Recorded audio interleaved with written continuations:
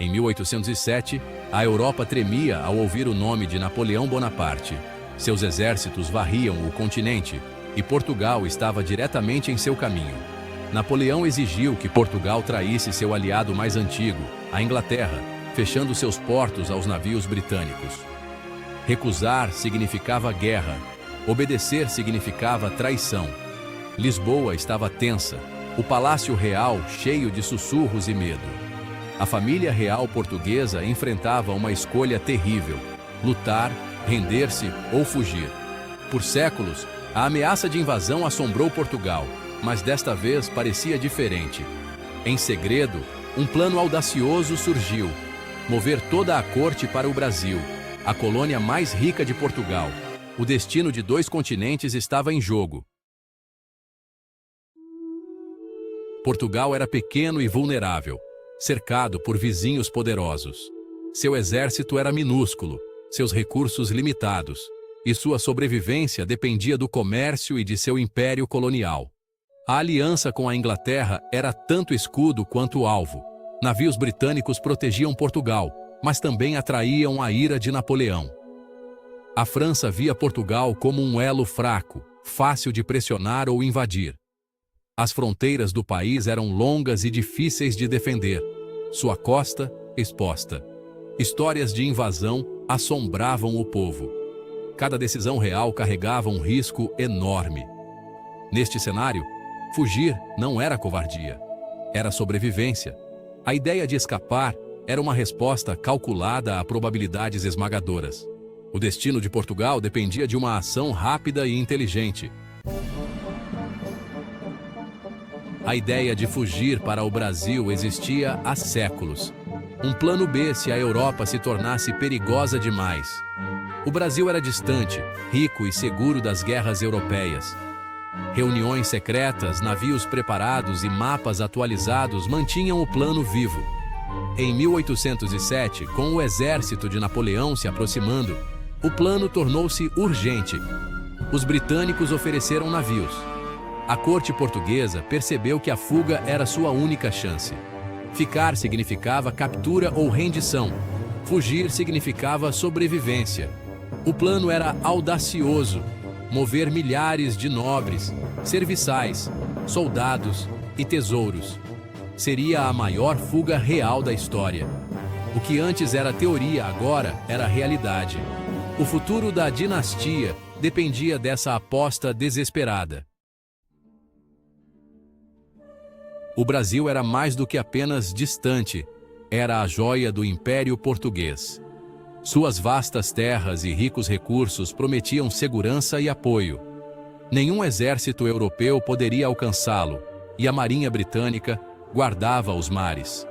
Mover a corte mostraria ao mundo que a dinastia sobreviveu e que Portugal não se renderia. Se o rei ficasse e fosse capturado, a linhagem real poderia acabar. O Brasil era um símbolo de esperança, um lugar para recomeçar. A mudança protegeria não apenas o rei, mas a própria ideia de Portugal. Era uma mistura de lógica, desespero e visão. Em novembro de 1807, tropas francesas e espanholas cruzaram a fronteira e invadiram Portugal, trazendo consigo o medo e a incerteza de um novo domínio estrangeiro. Lisboa explodiu em pânico. Multidões corriam pelas ruas, famílias tentavam fugir, lojas fechavam às pressas e soldados portugueses aguardavam ordens, sem saber o que esperar do inimigo. No porto, a poderosa frota britânica estava ancorada, pronta para agir a qualquer momento e oferecer apoio crucial à monarquia portuguesa. Nobres e aristocratas empacotavam navios com seus tesouros, joias e documentos importantes, temendo perder tudo para os invasores. O povo assistia em silêncio, perplexo, sem saber se aquilo era um resgate heróico ou um abandono definitivo de sua terra natal. Em 29 de novembro, sob tensão e pressa, a família real finalmente embarcou nos navios, iniciando uma jornada incerta rumo ao desconhecido. O rei, Dom João, estava visivelmente ansioso, sentindo o peso da responsabilidade e do futuro incerto de seu reino. Sua mãe, A rainha Maria, já debilitada e doente, era conduzida com cuidado, aumentando ainda mais a tensão daquele momento. O mar estava agitado. As ondas ameaçavam os navios. Mas não havia como voltar atrás. O destino já estava traçado. Enquanto a frota zarpava, soldados franceses marchavam pelas ruas vazias de Lisboa, ocupando uma cidade fantasma. O prêmio de Napoleão havia escapado de suas mãos, frustrando seus planos de dominação total. A Europa ficou chocada. Nunca antes uma corte real havia desaparecido da noite para o dia, mudando o equilíbrio de poder no continente.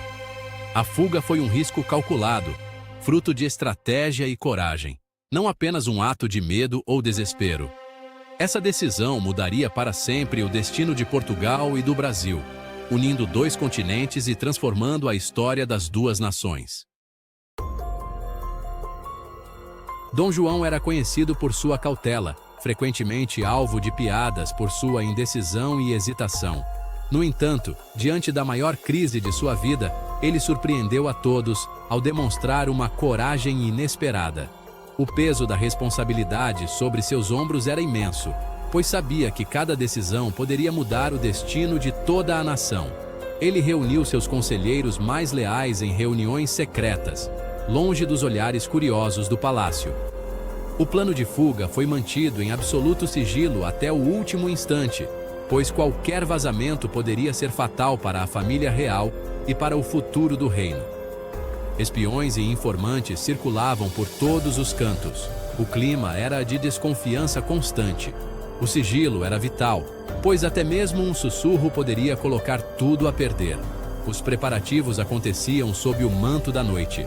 Navios eram abastecidos discretamente, ordens eram passadas em voz baixa, e cada movimento era cuidadosamente planejado para evitar suspeitas. Apenas um círculo restrito conhecia o plano completo. O embaixador britânico, ciente do perigo iminente, pressionava por rapidez e eficiência, pois o tempo era curto e os riscos cresciam a cada dia. Na véspera da partida, o caos tomou conta dos cais. Nobres desesperados buscavam um lugar nos navios, famílias eram separadas às pressas, e o medo do desconhecido pairava no ar. O rei e a rainha foram conduzidos discretamente até seu navio, protegidos por guardas e ocultos da multidão, numa operação marcada pelo silêncio e pela tensão. Quando a frota finalmente zarpou, levava consigo não apenas pessoas, mas também documentos, tesouros e as esperanças de um povo inteiro. Era uma fuga, mas também uma aposta no futuro. O mar era traiçoeiro e imprevisível, mas Dom João depositava sua confiança na poderosa marinha britânica, que escoltava a frota rumo ao desconhecido. A viagem seria longa e exaustiva, levando meses até o destino final. Para muitos, era a única esperança de sobrevivência e de um recomeço distante da guerra.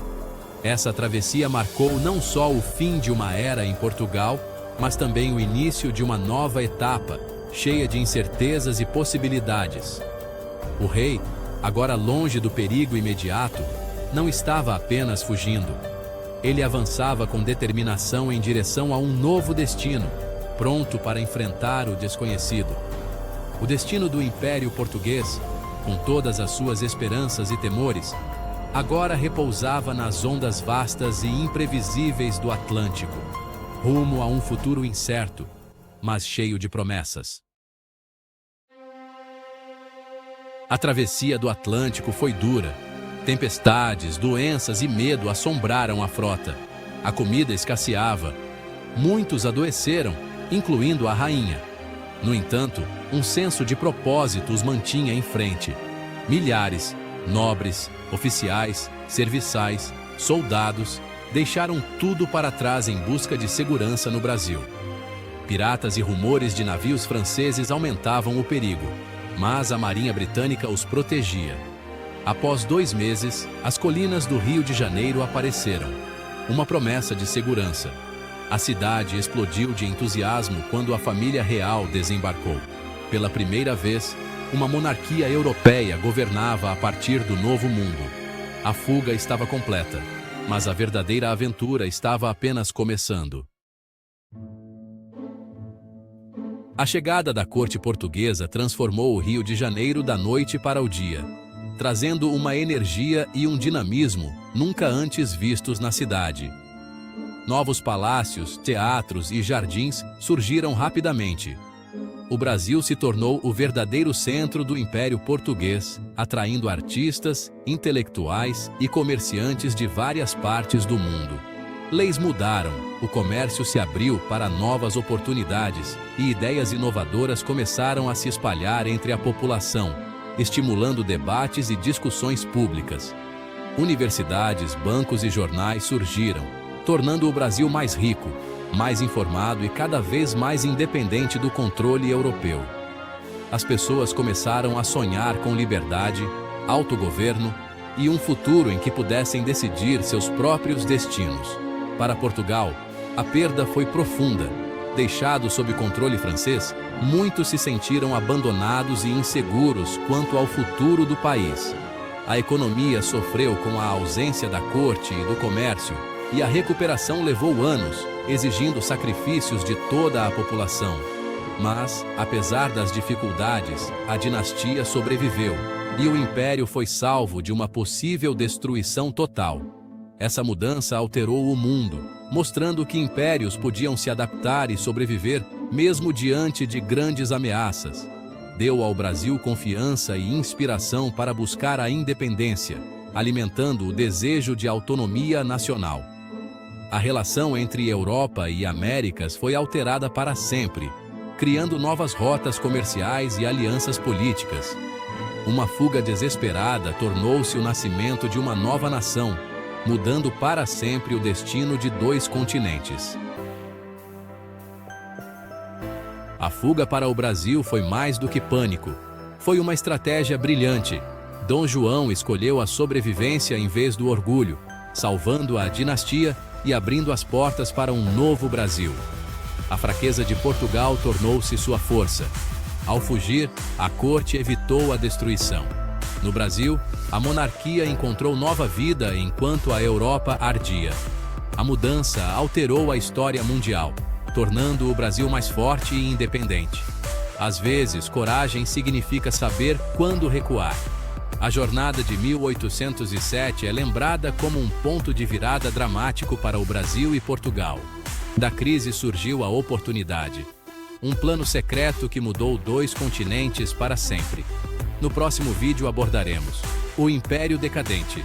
Então, fique ligado e deixe seu like. E se inscreva no canal porque ajuda a trazer mais conteúdos como esse. Até breve!